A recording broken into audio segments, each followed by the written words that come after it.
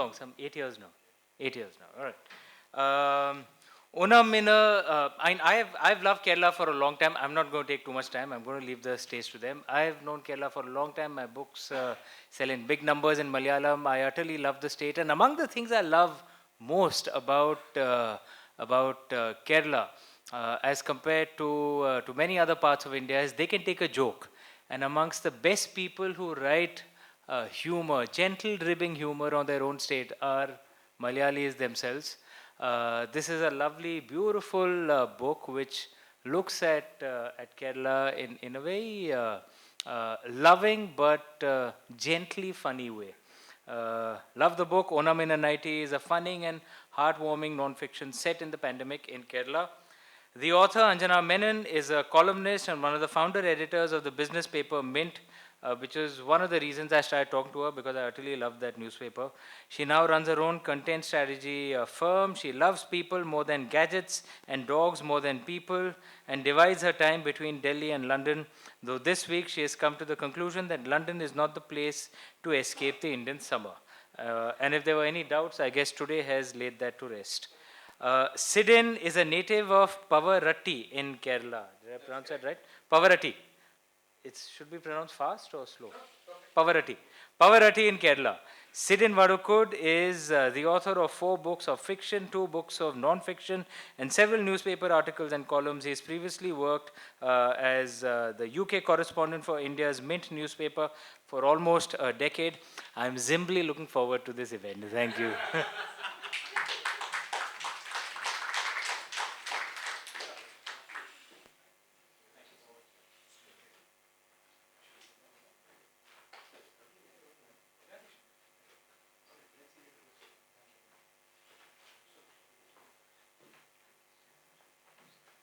I'm Sidin, she's Anjana, in case you're mixed identity.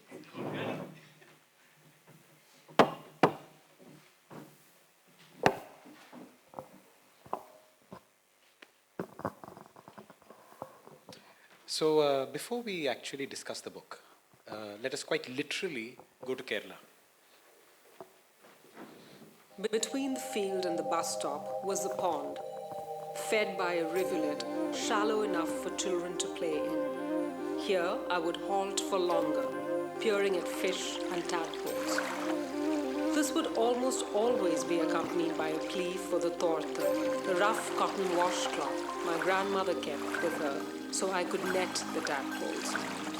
When I got bored with that, I would tell her I wanted to catch a helicopter, my nickname for dragonflies, spinning around in the afternoon heat.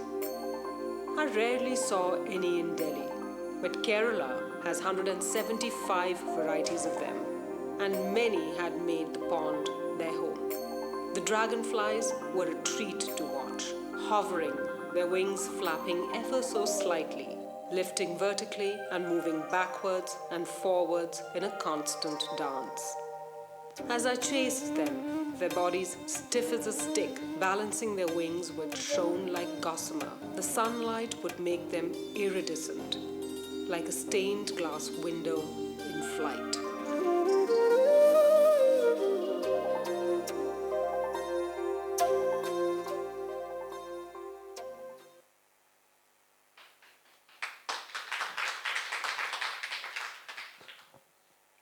One more.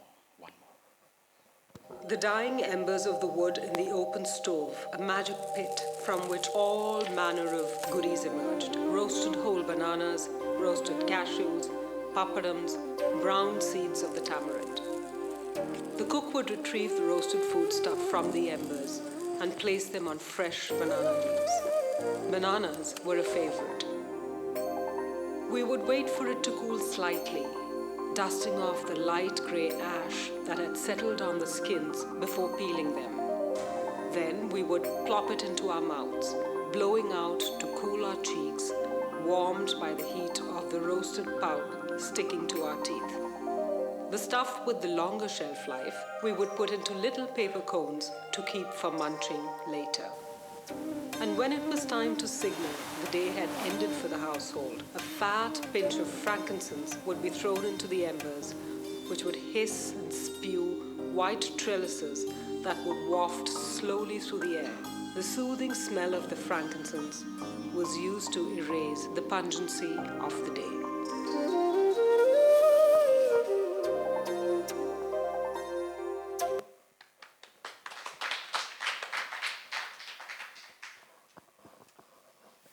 Thank you, everyone.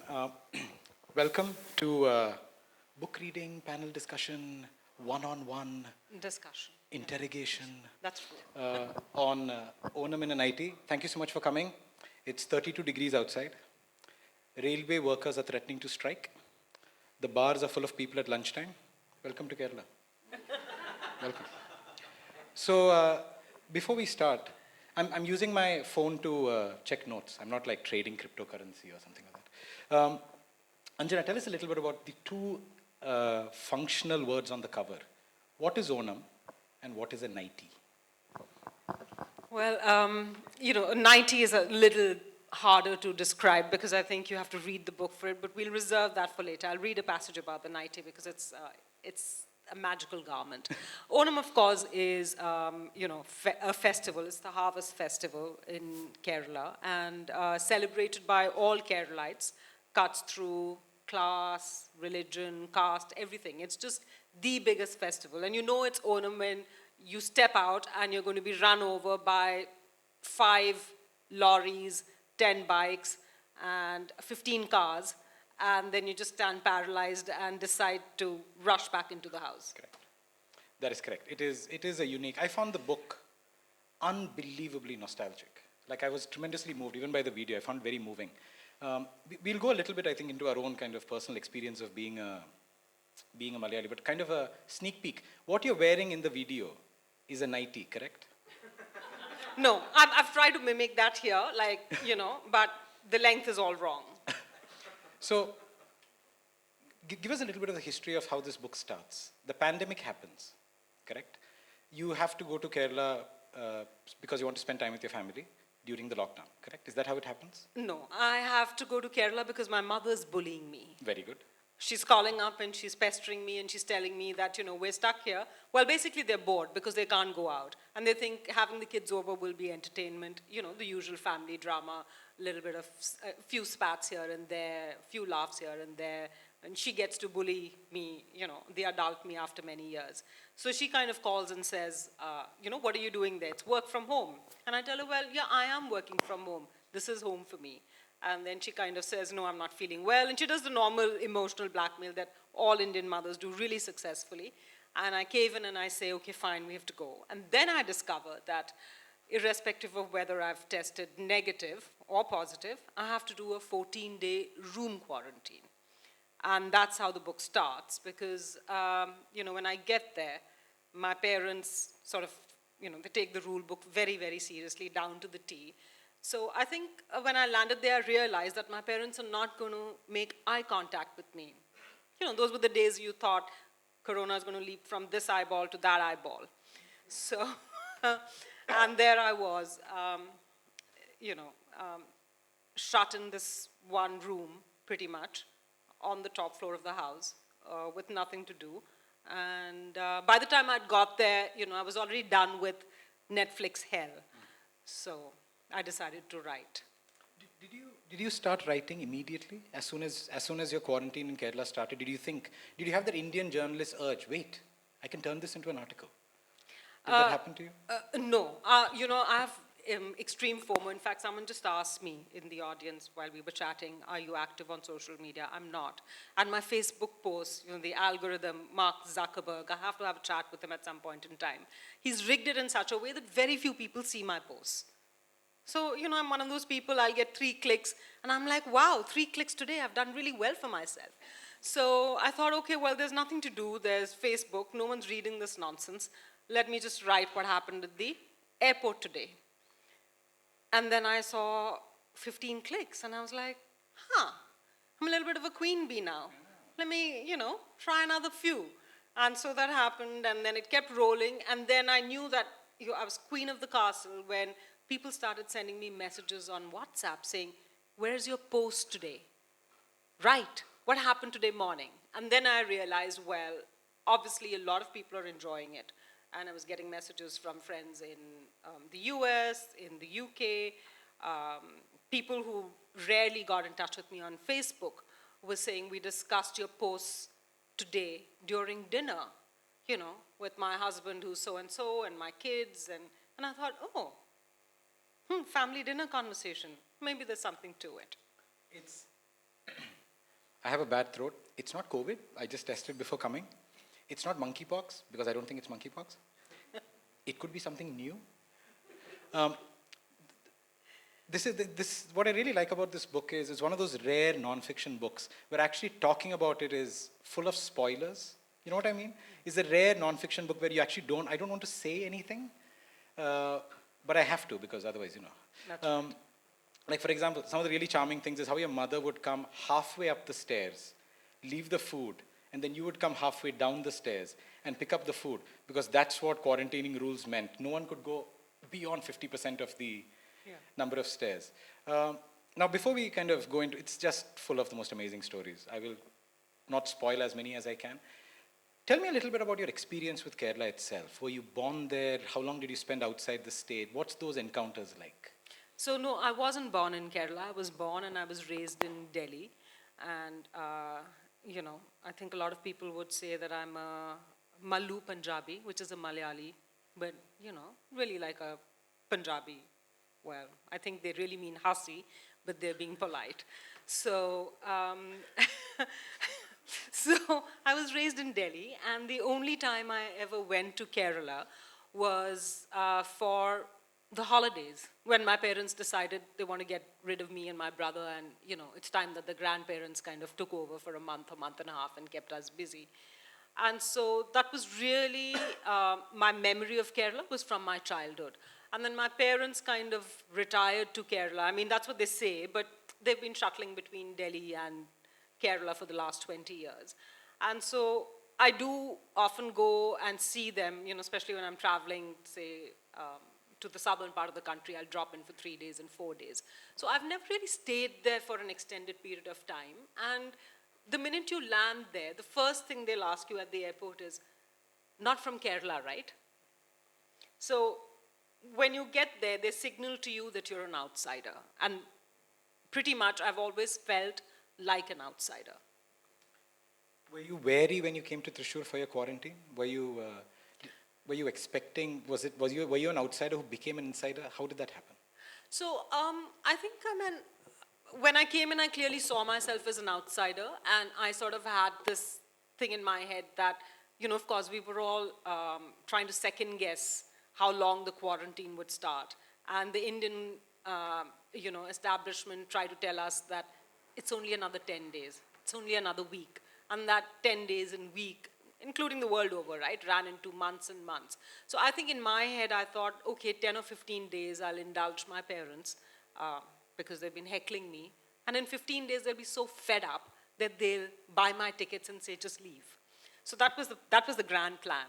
Of course, when I got there and I started observing things, I think mostly because life really slowed down, and I started building, I would say, micro relationships, really with my parents' support group. I wouldn't say they're my support group, but people who interacted with my parents and quite clearly saw me as an interloper. I have no business being there, but they're tolerating me. And so I think that's how I started building a few bridges and relationships. And as those relationships strengthened, I felt, okay, there is more acceptance. I'm not completely the interloper. They're starting to sort of let me in a bit. And I think that gave me a sense of belonging. In some ways, it's almost a romance novel, right? Because romance with Kerala. Yeah, exactly, right? When you read it, you're like, hey, I'm a Malayali, but I know nothing about this place. And then you're slowly kind of, especially the opening chapters, this is not going to end well. Hey, it's ended well. This is definitely not going to end well. How miraculously this has ended well. It's just a series of epiphanies, one after the other. One of the micro relationships you have is with the guy from the local police station who calls up to see how you're doing. And there is very much some romantic energy crackling in those phone calls, right? No, I mean, come on, I'm stuck in a room, male voice, a little bit of flirting never killed anyone, right? For me, that again is just, do you want to expand on that a little bit, or do you want to leave it the climax of that story for? Yeah, I think, it's for the readers, yeah. Very good. Now, I connected with the book a lot. I was born in Kerala, but I grew up in the Gulf for many years, and then I went back and came back and went back, and I just did that all the time. Like many people in Kerala, I grew up in the Gulf. Guelph. Gulf. Yeah. There are 3.5 million people from Kerala in the Middle East. I think another 4 million in the rest of the world. There are very few of us back home, basically.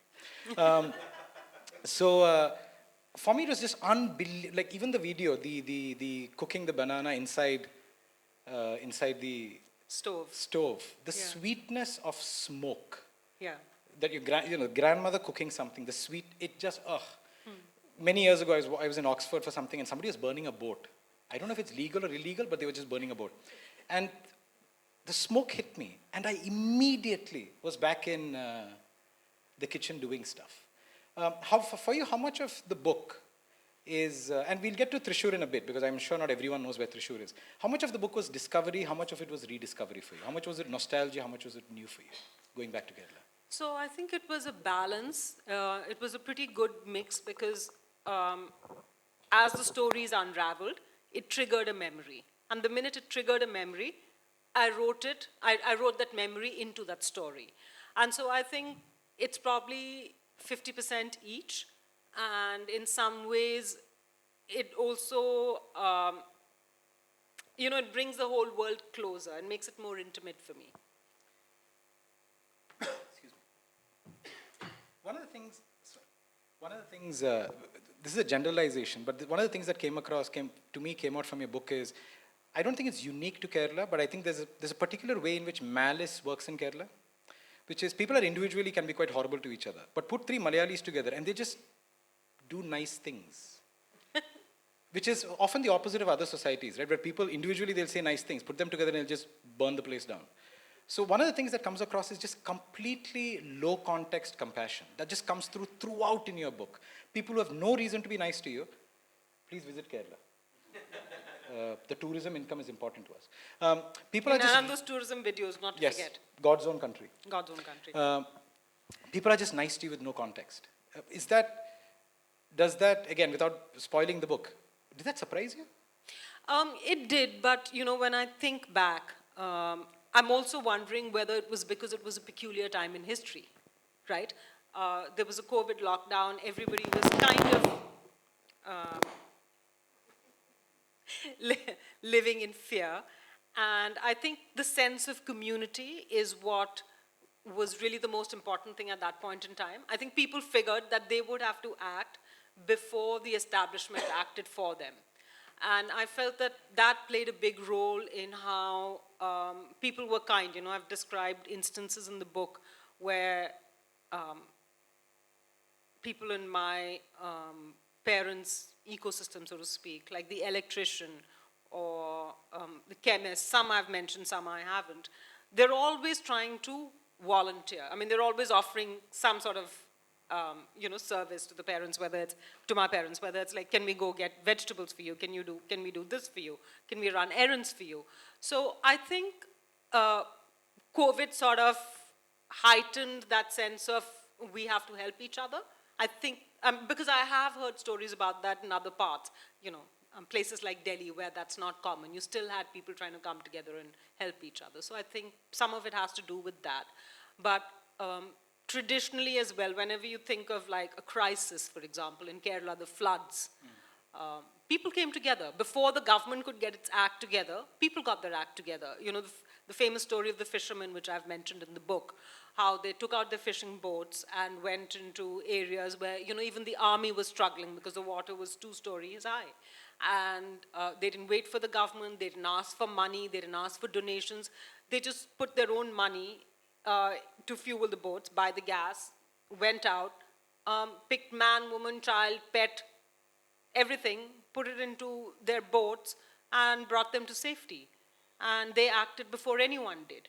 So I think there is that sense of ownership and a sense that this is our community, our people, and we have to care for them. That is quite distinct in Kerala, but yeah, the pandemic probably... Have you had that typical Malayali experience of traveling somewhere in the world and you meet somebody, and then you speak, and they come to you and say, Chechi, Malayali ano? Yes. Has that happened? It has happened to me everywhere. Like, there is no country in the world where I don't land up.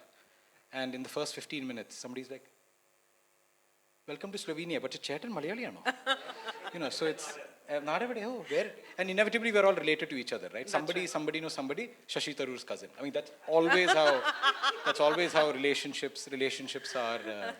Now, just one of the things, again, that really struck me about the book is Thrissur. Thrissur is where the book is based in, yes? Yes. Thrissur is right in the center of Kerala. So Kerala is, for people who don't know, if India is like that, Thrissur is the bit, Kerala is the bit there on the southwest coast. Thrissur is right in the middle. Yeah, and it's like a tiny sliver and you have to look really hard to find it. Yeah. And then people will sell things in the UK calling it Keralan. So you have Kerala, and then you've got Thrissur right in the middle. Proudly call ourselves the cultural capital of Kerala, no? Mm-hmm. Because all the other capitals are gone. So we call ourselves the cultural capital. The thing in the middle of Thrissur city is literally a round. It's the heartbeat. Yes. It's just a simple round, which is the heartbeat of the city. It's a round road with a temple in the center and churches The largest roundabout in the world is what they claim, by the way. Yeah. Yeah. So that's a very Thrissur thing to claim. Yeah. We are the largest round road in the world. And there's a temple in the center, which is called the Vadakumnathan Temple. The Puram happens in the temple. There are churches around it. There are every conceivable religious institution. There's a road that goes away from it, which has a college, which was very important, the history of communism in Kerala. There are a couple Where of you pretended you studied, right? Where I pretended to study, and my father pretended to study, and his father pretended to study. Yeah. The pretenders. Thrissur plays an important role in your book, right? How Thrissur is the book? Very Thrissur, because the characters are all locals, right? They're people who interact with us on a daily basis. And that ranges from a caretaker to someone who came and stayed with me in Delhi as a helper, to my mother's tailor, to the lady selling reused things at the corner of the street, to even animals. They're all featured in the book. The round is what binds the book together, and the idea of the Puram, because I start with the Puram and I end with it. And my most vivid memory of Thrissur is really the Thrissur Puram as I describe it in the first chapter. So that's how I've started it. And I close with my experience of the round as an adult. The opening chapter on the Puram for me was, again, very nostalgic. It took me a 15-minute timer. I'll explain why. It was a very nostalgic chapter. You described... Were you pinching bottoms? No. Okay. Do I look like that? You describe seeing men's legs as a field of mangroves, right? Yeah. As a mangrove thing. That is the best explanation for men's legs during the Puram I have ever read. Because when you're a child, all of these men, it's mostly men, very few women are there, as you explain why you get harassed. My wife, she's a Punjabi from Delhi. And my dad insisted that she go for the Puram. Like a baptism by fire. Yeah, you have to see the elephants. My wife was like, I've seen elephants. You've not seen our elephants. So, and she took up her camera, and a man went with the camera.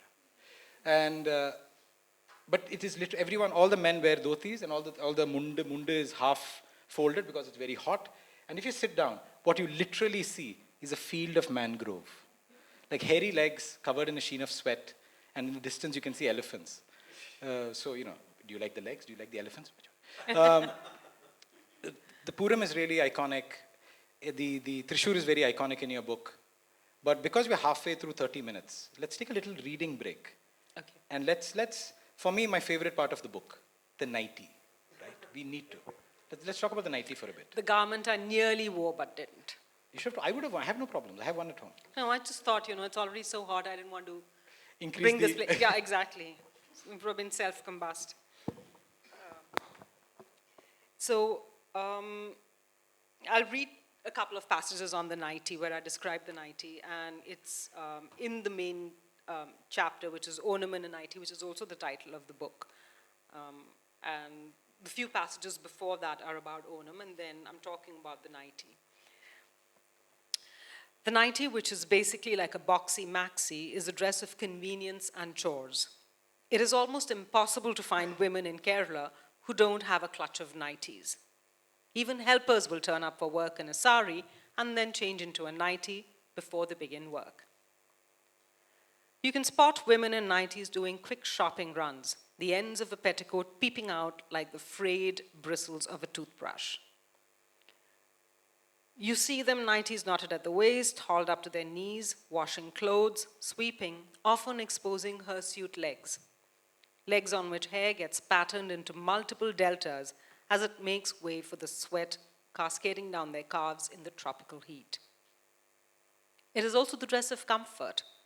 There's an unmistakable relief on the faces of bodies that slip into a fresh nightie after the morning bath, because they know that the heat that builds up at the top of the chest from the laboring escapes effortlessly from the bottom of the dress.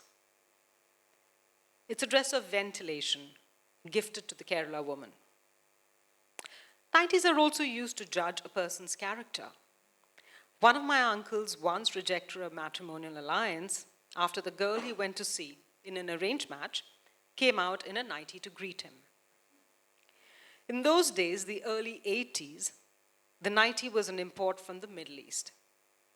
The poor girl must have wanted to impress upon him that she had a family member earning petrodollars, because seduction is impossible in this garment. It destroys the shape of the shapeliest of women. My uncle, however, rejected her indignantly with, "What sort of girl comes out to meet a stranger in a nightie?" He married someone who paraded herself draped in a sari and has been regretting his choice ever since. That was a nightie's revenge. It's a garment with mysterious powers.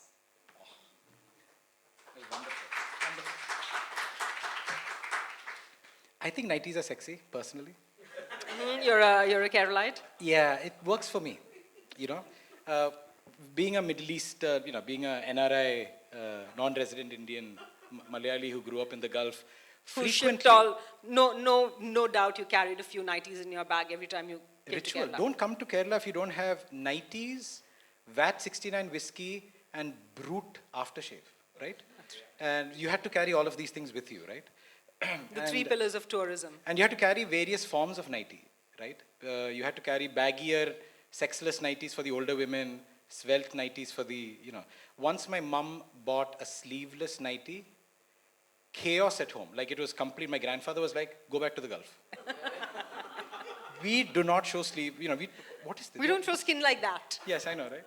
And this, the standard thing. What if your uncle see your shoulder? To which my mum was, "Why do we have lecturers' uncles?" I mean, and that's the reason why I haven't invited any of my uncles to this. No. I'm kind of, What is this? What is this? Anjana, unbelievable.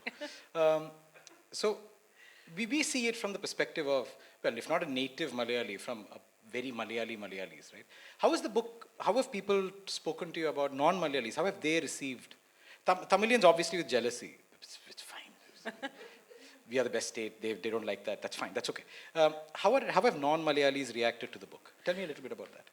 Well, funnily enough, a lot of people told me that for them it was like a book that took them back to their childhood. And that some of the characters in the book are universal characters. Like, they know a caretaker in their grandparents' home who was like the caretaker I've described. They've had small incidents and episodes which they now think they should have recorded because something similar has happened. The idea of language is a barrier. You will get access to the community if you speak the language, and if you don't, you're an outsider. So I think some of the concepts in the book are universal, and for non-Keralites, a large portion of it is that it's a trip down memory lane, and another large portion is that it kind of demystifies the idea that Kerala is about, the tourism ads, God's own country. So there is more to Kerala, and there is also, I think, a great curiosity about Kerala because, it is this poor state that's poor in the sense, it's neglected. It's obviously wealthy because, of all the Nightie, the VAT 69 and the Brute that you were carrying back. But It's kind of squished there in the corner, and it's kind of forgotten, like too far from the capital. And so for a large number of people living in the north, the book is an eye-opener, because you would always get asked questions like in the floods, oh my God, why are the boatmen coming out? Like, are all Keralites like that? Some of those questions have been answered in the book because of the stories of community that are there. You've traveled widely. You've experienced being Malayali in many places around the world. It is a very stereotypical view of what the state is like, right? It's heavily influenced by 2 or 3 things. A couple of film stars, a lot of Malayalis in the Gulf, a lot of people eat beef, Onam, alcohol. Was writing the book, staying in Kerala, an eye-opener for you? Do you have a different view of Kerala than you did before you started the book? Yes, actually, because, like I said, I've grown up in the north, and the north is a very different culture, especially Delhi. It's a seat of power. So, and I said this to someone, hierarchy wears the people, right? Delhi is about who do you know, how well do you know them, and how can you work the system, either to work for you or to escape something that you don't want to do. Like, very often it's like to subvert something. And you can't really get by in Delhi unless you know the cousin of the driver of the prime minister and his nephew who's married to the butcher that you buy meat from, right? And that connection will somehow get you somewhere. In Kerala, what I found was, which was an eye-opener for me, is that none of that matters. The community matters. If the people rally around, things will get done. And that a lot of things happen without you needing to know someone. You know, the bureaucracy is in many ways an enabler, which is not entirely the case in the northern half of the country. Visit Kerala. It seems like a wonderful place. I'll give you one example of this, right? Not to gate crash your book reading, but still. No, but please do. I flew into Cochin airport a few years ago, and I think there was a national band or a strike of some kind, and they were not letting anyone drive on the roads. No, right? That's a Kerala band. Oh, it must be a Kerala band yes, then, right? Of course. Yes, Kerala. I was trying to deflect blame, but fine, Anjana. Yeah. Okay. So there was a Kerala-wide strike of some kind, but as with all Kerala strikes, exceptions are made for milk and people coming from the Gulf. If milk delivery in the morning is fine, newspaper delivery is fine, people coming from the airport can go home. So I remember I landed at the airport and my dad was like, we are 2 hours late. I was like, oh my God, did you get stuck in traffic? Was the violence? He said, no, we stopped for lunch somewhere and then we started eating. Then we thought, chalo, we'll take some more time. And I had to sit in the airport for 2 hours till my dad came. So what Kerala police was doing, this was a Delhi Cochin flight. They were trying to the Kerala police was telling passengers, you can come with us. We have policemen with us. We will ferry you to your hotel, or we will escort your jeep or whatever. We will protect you while you're traveling so that you're not hassled. This is a flight from Delhi. And the policeman would go up to say, can I help you? And Delhi people are like, we don't want any help from the police. Please go away. You are scary to us. So you had this poor Indian Kerala police guy wearing a fake Rolex watch, I remember. He was running around trying to help. And the people from Delhi didn't want to deal with the policeman. Yeah. And he was like, can you please tell them in Hindi that I actually want to help them? I want to give them transport. They're saying no. What do I do? And it never struck me how different power relations are between institutions and people. From say Delhi versus Kerala until, you kind of see it in that way. And it took a lot of convincing for Delhi people to say, okay, fine, I'll take help from a policeman. It's just, I found it quite interesting. Yeah, I mean, even, people who are sort of enablers, like the utility provider. If the electrician from the utility provider calls, the way you have to deal with him in Delhi is very different to how you deal with him in Kerala. Policemen, I have a whole section on that in the book. What happens if you have to deal with a cop in Delhi versus a cop in Kerala? So, yeah. As a veteran journalist, as someone who's seen this, been there, been everywhere, standard journalism question, why is it different? Power. Delhi takes power very seriously and it wears it, for all to see. Does politics and people function differently in Kerala? Without trying to be exceptionalist about it, does politics and people function differently in Kerala? I think, Kerala is a place where opinions still matter. It's very robust. I think because, it's the state with the highest literacy. Yeah, let me throw your line. Visit Kerala. We can read. All of us can read. Yeah. Or at least pretend. And everyone can Some speak. of us can also write. Yes, yes. And everyone speaks English, but your mileage may vary. So if you come in and you use English, everyone will respond to you in English. A lot of it will be dysfunctional though. But everyone will give it a shot, which I think is always like, it's very good. I've enjoyed it. I sometimes pretend I'm not from Kerala just to listen to the English a little bit. So. And yeah, so, there is that. And I think that sense, that education gives them enormous power because they have a lot of awareness. So they do question the government, they question policies, they're vocal about it, they're unafraid. A lot of which is now, I think, I would say, watered down in other parts of the country. That spirit is still quite robust in Kerala. I mean, I've talked about this a bit in the book as well, where you could see a homeless person, but you will notice that at 7 in the morning when you go for your walk, he has managed to acquire a newspaper and he is reading it. And if you stop for a chat, he will outsmart you and he'll tell you far more stuff than even a so-called veteran journalist would know. I think the recent National Family Health Survey, I think the data that came out suggested that of all the states in Kerala, it is the only state where over 50% of everybody, irrespective of income groups, consume media once a week. The only state, if I remember correctly.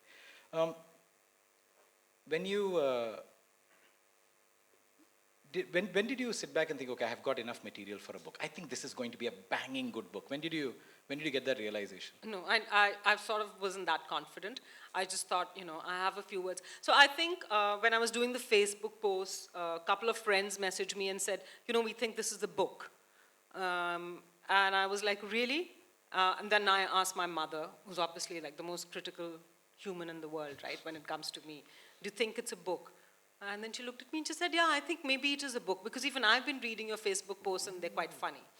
So then I started keeping it as a journal. I stopped posting on Facebook. And I think when I had hit about 30,000 words, my publisher had approached me a couple of times for other projects saying I should sort of do some work with them, write. And I hadn't really gotten around to doing anything. So I thought, well, let's press the buttons and see. And I called up the publisher and I said, look, I know you're chasing me for other stuff, but let me send you this and let me know what you think. But, of course, I played it down because you don't want to be embarrassed when a script is rejected, right? You just want to say, oh, it's not important to me, but I just thought since you don't get enough manuscripts, you can waste your time on this. So I sent it to them, and funnily enough, they got back in, I think, 3 days or something and said, we're commissioning this. And I thought, Ooh. 3 days? 3 days, which was like a miracle. This is not my experience. No, this is not anybody's experience. So even I was shocked. But I think it also had something to do with the fact that it was a book set in COVID and that there is a, unnatural deadline to that. You can't write about it 10 years after, unless you're a brilliant, writer, celebrity writer, which I'm not. So I think there was a little bit of that. And of course, I did the cheeky thing, which I said, I've got about like 30,000 words, let's publish it. And they said, no, 30,000 words is not a book. And I said, no, I have seen slim books, like it is a book, because I just wanted to worm out of it. And they said, no, we're sending you a contract, write 45. And I wasn't sure that I'd be able to take it to 45, but, I started recording everyday incidents, and life is stranger than fiction. How many words is it, the final book? I think it is about 47,000 words. It is the fastest 47,000 words I have ever read. Because you were speed reading, huh? No. You pinged, when did you ping me? You pinged me, 10 days ago? Yeah. Something like that? And I got it on my Kindle, and it was gone. And I would just sit on the train and public, whatever it is, right? It's just the fastest. It is warm, it is welcoming, it is nostalgic for me. I don't know how non-Malayalis will. I think non-Malayalis will process it. It reminds me a lot of E.B. White. E.B. White wrote this tremendous American writer. He wrote this book called Here is New York. Yes, an essay which... Yeah, an essay which then became... And he wrote it entirely from his hot hotel room in New York. He didn't leave it. Like all cost-effective journalists, he sat in one room and wrote in the entire... Me too. And for me, it just immediately reminded me of that. A book that will make people want to go to Kerala. A book that will make Malayalis rethink about their relationship with the state. Non-Malayalis, please visit. It will make Tamilians angry. Why are we so close to a much better state? I just found it absolutely just wonderful. And let me just check. Yeah, it's exactly 30 minutes since we started. Do you have anything else you'd like to touch upon, or should we kind of do a few questions from the audience? How do you like to take it? I think questions from the audience, if Yeah. they have any, would be great. Has anyone been to Kerala? Tell us what you liked about Kerala. Tell us. Yeah, go. Yes, tell us. Well, the fact that the three largest sources of revenue are alcohol, tourism, and Remittances. Remittances. Yes. remittances. So I think all three are touched in this book actually. Very much. It has alcohol. It has tourism. It has remittance. And Yes. remittances with the Nightie part of it. Yeah. You should make little book-sized nighties, so that you can just Like put bookmarks. and yeah, and just send your book in little nighties to. Nobody has a question I have. No, please. Not a question, more of a comment actually. But okay, the title, Onam and Nightie, right? Now clearly that's designed, I think, like Citizen says. To attract readers like me, yes, please. Exactly. It is targeted at somebody who will, without knowing anything, will pick it up from there, because it immediately touches a part of your head and your brain and your memory, which makes you pull the book. I mean, if it was called Diwali the Dhoti, I don't think anyone would pick it up. Right? This Onam and a Nightie. Pongal in pants. We could go. So now, Onam and a Nightie, that is one story out of your entire thing. Why did you pick that? Was it only this? Was it just an eyeball grabbing strategy? Or, was there something more to it? Question number one. And question number two, your aunt and cousin, who's actually the main character who wears this nightie, what did she say when you published the book after that? Oh no, it created this huge, Your family relationship, maybe? huge fight in the family because all her sisters came up and said, "Why didn't you feature us?" And I was like, "Go wear a nightie first." Exactly. Sequels. Yeah, Sequels. sequels. Christmas in a nightie. Christmas in a nightie. Eid in a nightie. Just do it, man. I mean. So, well, about the title, I can't really claim credit for it in some ways because the original title was different. It was a tame title. And it was a title, funnily, that my publisher wanted, mind you. It was called Beyond the Backwaters. That was a working title. And I always thought of it as a working title.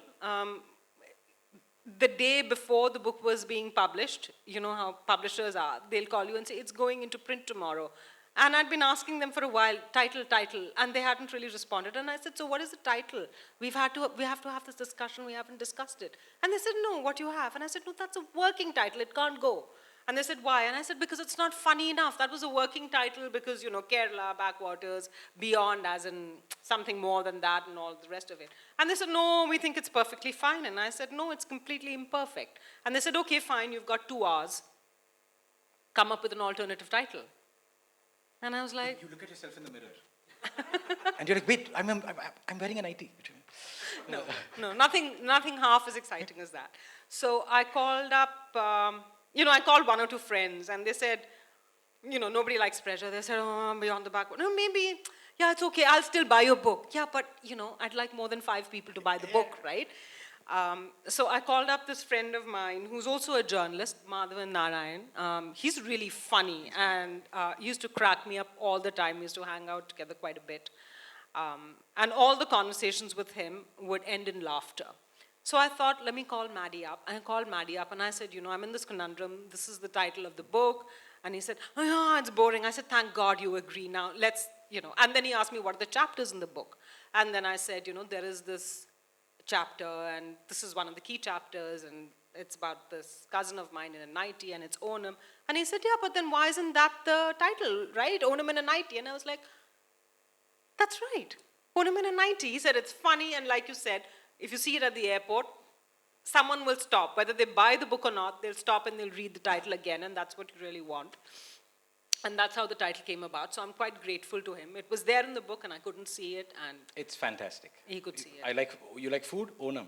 You like women? And Nighties? after he read the book, he came up with another title which was also lovely. But What was that? Hotel Keralaphonia. You can never leave.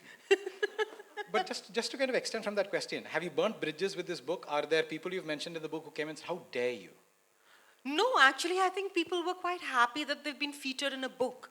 Like I said, there was a little squabble that broke out. Like my cousin who's featured in the book is now a little bit of a pariah in the family because, she's in the book and she's a main character and her sisters and, siblings are not there. So they're kind of unhappy with her.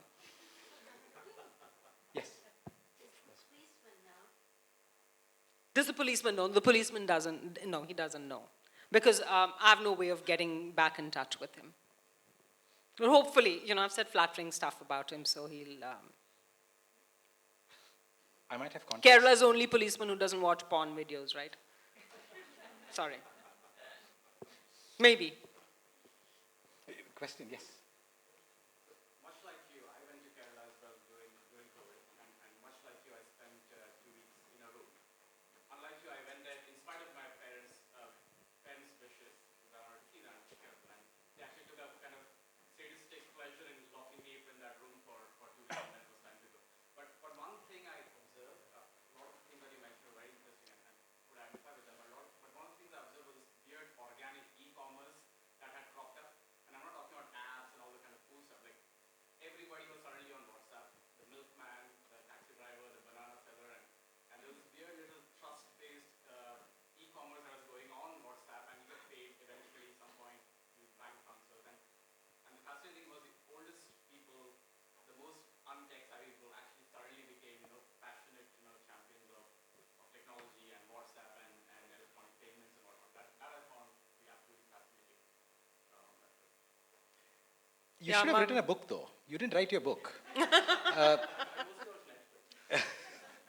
No, go on to answer No, this I question. was about to say, obviously his parents are far more savvy. Mine just depend on WhatsApp for fake news. Have you ever got? I get video calls from my dad, which is just his ear because he doesn't know the video is on. So I just see his ear constantly. I get that all the time. My dad is like, oh man, you should see my dad type. So if give him a laptop and he has to fill a form or something, he'll be like, okay, I'm going to email Sidin. And my name is Sidin Vadakut. It takes 45 minutes for him to type out my entire name. I also feel like there's an element of Gulf connection there as well, right? A lot of Gulf accelerates a lot of innovation in Kerala. These Malayalis come back from Abu Dhabi and Dubai and whatever. iPhone. With iPhone. I want shawarma. Where is my shawarma? And then suddenly in 2 years, everyone in Kerala is eating shawarma. It's just amazing to see that. And dates. Dates. Everyone is eating dates. Yeah. It's just, the Gulf does a lot of weird, this